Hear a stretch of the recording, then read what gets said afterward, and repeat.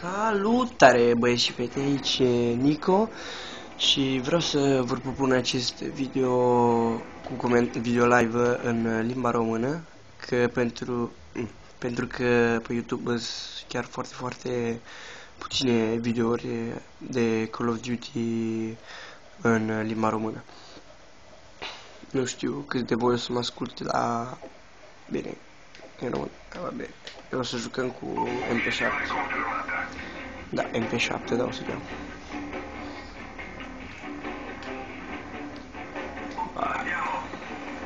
Vedeți modalitatea Kill Confirmed în română. Jocul eu, din păcate, l-am în italiană pentru că stau în Italia.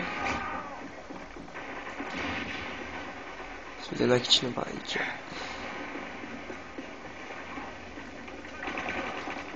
Nu-i nimeni. Sper să fac un rezultat cât de cât decent, pentru că chiar aici e...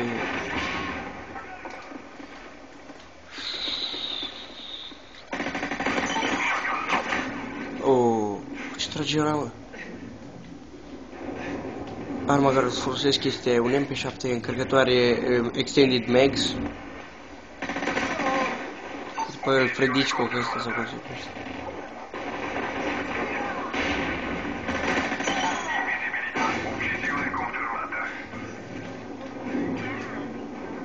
Acum pun un acest radar portabil, nu știu cum se spune în limba română. Portable radar, adică în limba română, în jocul în engleză. Deci scuzați-mă, dar unele termene chiar nu le știu. La unele le-am mai auzit într-un video de ăsta așa în engleză. Oh, începem foarte bine. Cum vedeți, folosesc specialist sau nu știu cum să spune. Scuzați-mă, dar sunt puțin răgușit.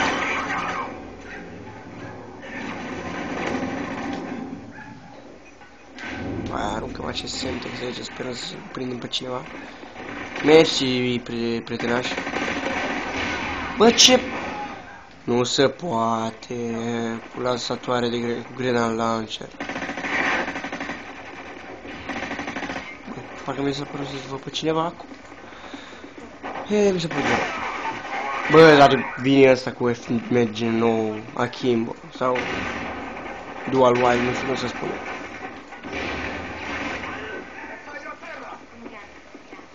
Din păcate nu știu unele termeni cum v-am mai spus, pentru că eu jocul în italiană, căci stau în Italia, dar sunt aici în Italia de 10 ani, dar eu vin din România, scuzați-mă, scuzați accentul moldovenesc, de la Focșani. Bă, ce era să-l prind pe prostul ăla?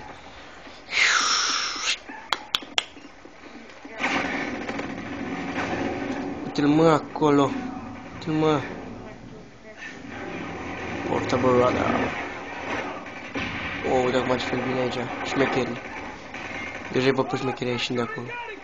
Bă, și ciudată. Bă, imposibil așa ceva. Oh, dublă. Dublă granată de martir. Parcă în engleză spune martyrdom sau ceva genul, nu știu. Aia când mori de vreo 4 ori, dai o grenadă. Vedeți, folosesc Hardline, care ar fi inflexibil în limba jocul italian. Și cum vedeți, sunt la al 4-lea Prestige. Și acum o să încep și pe al 5-lea. Și vreau să fac un video.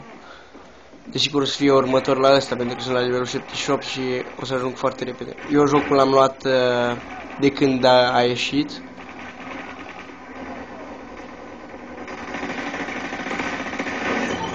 Uite prostul ăla acolo, ce era să mă ia? Asta și eu să aștept, trebuia să-i dau un headshot să-l dau gata. Oh, ce mă nervează ăștia cu lansatorii de grenade, că dacă îl folosești tu, nu-ți merge. Când îl folosesc alții, ăla îl omoară cu o lovitură. Eu cum ar fi nu-l folosesc niciodată, că e o chestie care mă enervează foarte mult.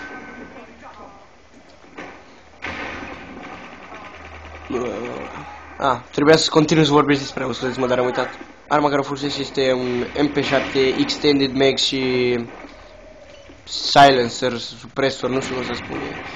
Adică cu încărcătoare, ai mai multe gloanțe, să spunem așa, și după aia ai, cum se cheamă, supresor care, amortizor pe limba română, să spunem așa. Și e sigur e cineva aici. Oh. Nu, am greșit.